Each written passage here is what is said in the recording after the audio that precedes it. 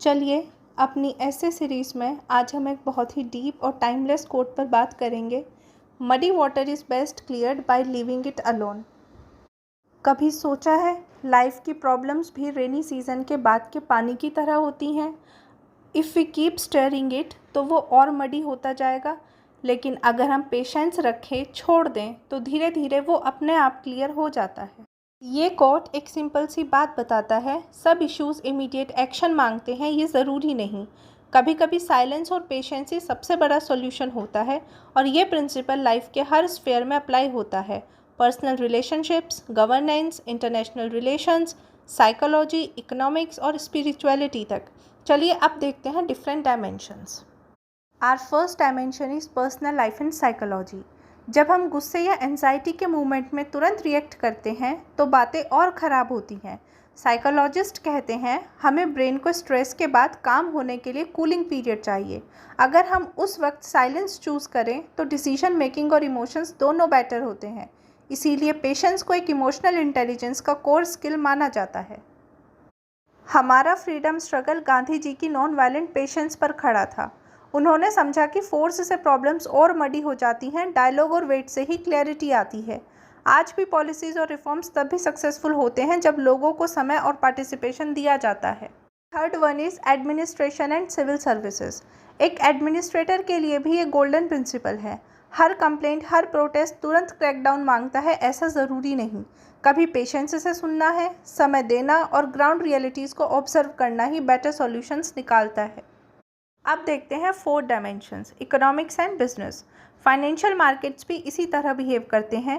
Short term volatility को अगर हर बार control करने की कोशिश की जाए तो और क्राइसिस हो जाता है, लेकिन पेशेंस से लॉन्ग टर्म पॉलिसीज़ बनाई जाए तो मार्केट अपने आप बैलेंस कर लेता है। 1991 के रिफॉर्म्स इंडिया ने पेशेंस और राइट टाइमिंग के बाद ही लाए और उन्होंने इकोनॉमी को ट्रांसफॉर्म कर दिया। Our fifth dimension is international relations. Global politics में भी हर क्राइसिस का सॉल्यूशन फोर्स से नहीं होता। कोल्ड वॉर का एग्जाम्पल सबके सामने है। डेकेड्स ऑफ पेशेंस के बाद ही वर्ल्ड बैलेंस रिस्टोर हुआ। आज भी डिप्लोमेसी में स्ट्रेटेजिक पेशेंस एक एक्सेप्टेड पॉलिसी है। The next one is environment and nature. Nature खुद इस प्रिंसिपल का सबसे बड़ा प्रूफ है। फॉरेस्ट फायर्स के बाद फॉरेस्ट अपने आप रीजनरेट करते हैं, रिवर्स अपने आप क्लींस होती हैं, बस ह्यूमंस को इंटरफेयर करना बंद करना होता है। Next is spirituality and philosophy. Bhagavad Gita से लेकर बुद्धिस्ट टीचिंग्स तक सब पेशेंस और डिटैचमेंट को विजडम मानते हैं। मेडिटेशन का एसेंस भी यही है। मडी माइंड को साइलेंस के साथ सेटल होने दो, क्लैरिटी अपने आप ऊपर आ जाती है। चलिए अब इसका काउंटर व्यू डिस्कस करते हैं। इसका मतलब ये नहीं है कि हमेशा छोड़ दिया जाए। कुछ मडी वाटर्स जैसे करप्शन, इनजस्टिस या क्लाइमेट चेंज, इन्हें इग्नोर करना और पेशेंस दिखाना नेग्लिजेंस के बराबर है।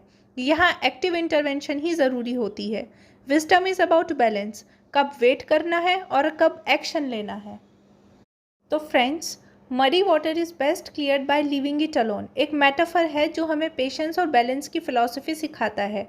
Life, governance, economics, international relations और स्पिरिचुअलिटी, सभी स्फेयर्स ये दिखाते हैं कि पेशेंस क्लैरिटी लाता है, और एक लीडर, एडमिनिस्ट्रेटर और एक एस्पिरेंट के लिए सबसे बड़ी क्वालिटी है ये समझना कब एक्ट करना है और कब सिर्फ वेट करना है। याद रखिए, कभी कभी कुछ ना करना ही सबसे पावरफुल एक्शन होता है।